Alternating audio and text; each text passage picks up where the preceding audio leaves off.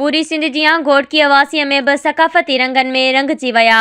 घोटकीअ जे मुख़्तलिफ़ सियासी समाजी ऐं क़ौम परस्त तंज़ीमुनि पारां सकाफ़ती रैलियूं कढियूं वयूं। घोटकी प्रेस क्लब ॿाहिरां मुख्य सकाफ़ती तक़रीब थी गुज़री, जंहिंमें जसकम जे नसरुल्लाह कुलादी, हबीबुल्लाह घोटो, कामरेड अकरम थईं, उस्ताद महबूब घोटो, STP जे ख़ालिद लाखो, सिंधी अदबी संघ जे अयास लतीफ़ दायो, रऊफ़ पारस दायो समेत सवें कारकुननि पारां धार रैलियूं कढियूं वयूं। प्रेस क्लब ॿाहिरां मुख्य तक़रीब में शरीक थिया।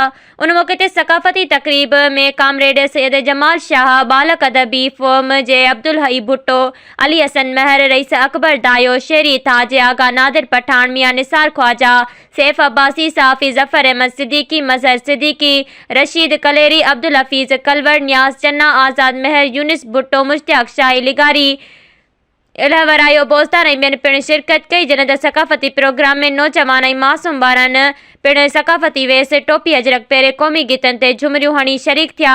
उन मौक़े ते सकाफ़ती प्रोग्राम में मुख़्तलिफ़ सियासी समाजी अॻुवाणनि ॻाल्हाईंदे चयो त सिंध जी सकाफ़त हज़ारे साल क़दीमी आहे।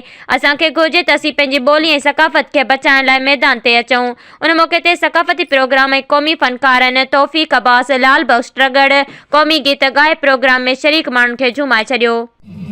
जी नाज़रीन, असां हिन वक़्तु घोटकी जे मेन चौक कलमा चौक ते मौजूद आहियूं। 3 दिसंबर जे हवाले सां मुख़्तलिफ़ इलाइक़नि स्टेशन को जेकी कलमा चौक ते रैली मौजूद थी, उन हवाले सां असां हितां जे जेके रैली में माण्हू आहिनि उन्हनि सां ॻाल्हि ॿोल कंदासीं, उन्हनि जो छा चवणु आहे।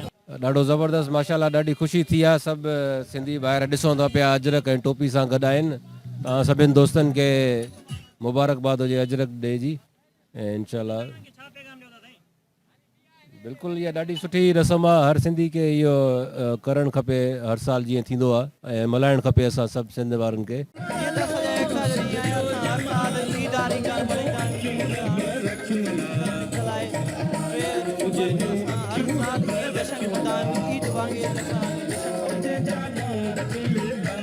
जीअं लतीफ़ चयूं त हर साल जीअं हिन साल बि एकता जो ॾियारो जेको असांजो सकाफ़त ॾियारो सिंध जो, उनखे उजागर करण जा जीअं नौजवान आहिनि उन्हनि खे शौक़ु ॾियूं त असां हिन 3 दिसंबर ते असांजो एकता आहे, असां सिंधियुनि जो ॾियारो आहे। ऐं हिन एकता रैली कढण जो मतिलबु इहो असांजो कंहिं बि सियासी तनज़ीम सां को बि तालुक़ु न हुयो। हे असां सिंध में रहूं था, हे असांजी सकाफ़ती ॾियारो आहे, असां उनखे उजागर करण लाइ उहा रैली असां कढीसीं। असां उन सॼनि दोस्तनि जा शुक्रगुज़ार आहियूं जंहिं हिन रैली में असांखे भरपूर साथ ॾिनो। ऐं जेके बि सोशल मीडिया वग़ैरह थी वई, पुलिस वग़ैरह थी वई, उन्हनि सॼनि जा असां शुक्रगुज़ार आहियूं। असांखे भलो प्रोटोकॉल साईं एकता जे हवाले सां असां हर साल जीअं हिन साल बि असां पुरजोश नमूने सां जेको आहे सो कल्चर जो ॾींहुं मल्हायूं था।